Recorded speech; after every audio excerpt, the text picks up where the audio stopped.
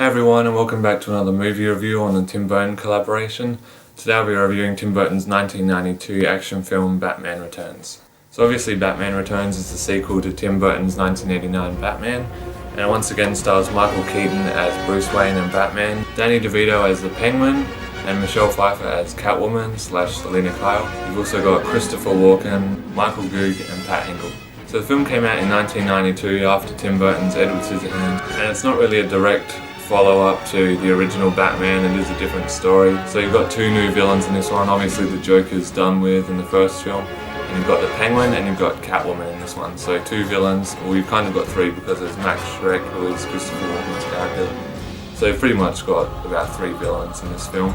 So Batman Returns spends a lot of time going into the background story on each character. So with the Penguin, he was a baby and his parents disowned him. They threw him off a bridge, and yeah, pretty much just because he was disfigured and was half human, half penguin kind of. So he grew up in the sewers and he pretty much just wants revenge on the city of Gotham. So Selina Kyle's story, she works for this Max Schreck and she's kind of finding out that he's kind of this bad guy, but he's covering it up and everything. So she's there working late one night and he's the only one there, so he pushes her out of a window because he thinks that, you know, she might let out his secrets and stuff.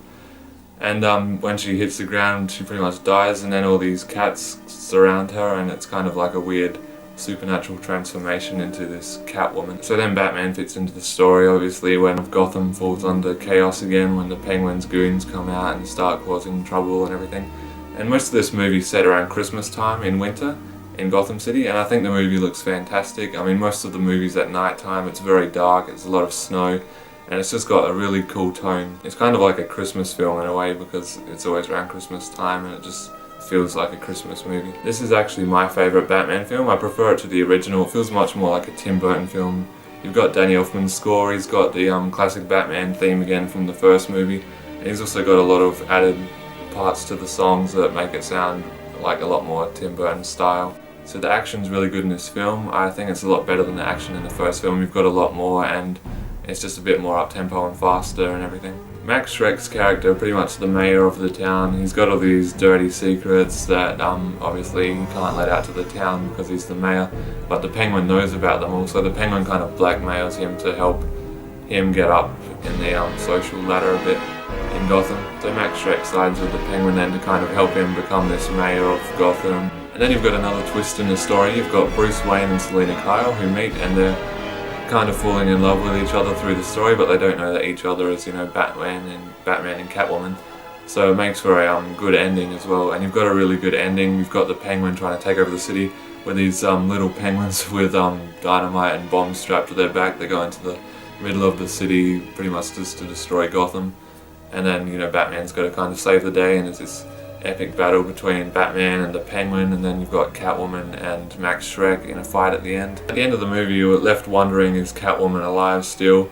You know, cats have 9 lives, and you see a quick shadow of Catwoman down an alleyway when Bruce Wayne drives past, which is cool, so it kind of leaves you wondering at the end. So this is actually one of my favourite Batman movies of all time. You've got the new Christopher Nolan Dark Knight trilogy, and they're really good, but I just think that this takes more on the comic book style of Batman rather than the realistic side. And I love how Gotham looks in these original films. As I said in the last Batman review, it doesn't look like a normal city, it looks like a completely new city that's been built for the film, and it looks fantastic. So I highly recommend Batman Returns. I recommend you watch Batman as well, but Batman Returns is my favourite. I think most people, you either like one or the other the best. So the makeup and costume design was done really well in this film. You know, you've got Batman looking awesome in his bat suit.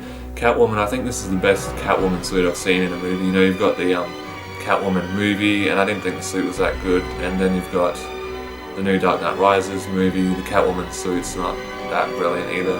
I think in this movie it looks much more just like a cat, you know, like it's, and the Penguin looks great as well. You know, he's got that real gothic Tim Burton style look about him. Half human, half creature, penguin kind of look. Looks really cool and suits Danny DeVito. I highly recommend Batman Returns. It's a great movie. It still holds up today. It's 20 years old, but it's still a fantastic movie. Still one of my favourite Batman movies of all time. And Michael Keaton does a fantastic job. It's his third and final role that he's worked with Tim Burton, obviously on Beetlejuice and then the 2 Batman movies. So thanks for watching my review on Tim Burton's 1992 film Batman Returns.